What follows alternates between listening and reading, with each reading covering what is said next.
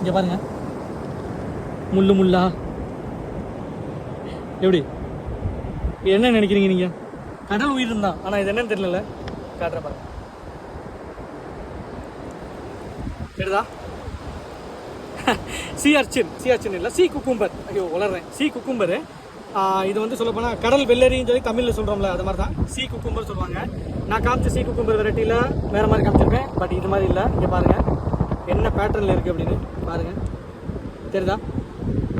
இது நம்ம இந்தியாவில் பேன். இதை வந்து வேட்டையாடுறதோ இதை வந்து நம்ம சாப்பிட்றதோ வகையில் ரொம்ப பேனுங்க. ரொம்ப அதிகமான நம்ம மேலே கேஸ் ஆகட்டும், இம்ப்ரீஸ்மெண்ட் ஆகட்டும், எல்லாமே வாய்ப்பு நிறையா இருக்குது.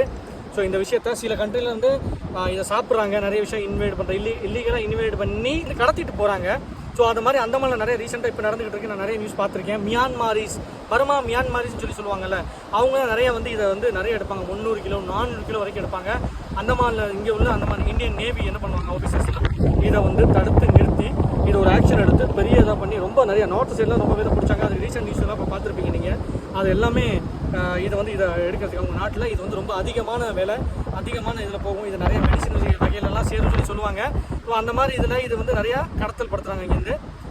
இதை சொல்லப்போனால் விஷத்தன்மை அப்படிலாம் எதுவும் கிடையாது. இதை சாப்பிட்டு ஏதோ அங்கெல்லாம் என்ன மெடிசின் அப்படின்னு சொல்கிறாங்க, என்னன்னு தெரியல. பட் அந்த நாட்டில் இது ரொம்ப விலை வாய்ந்தது.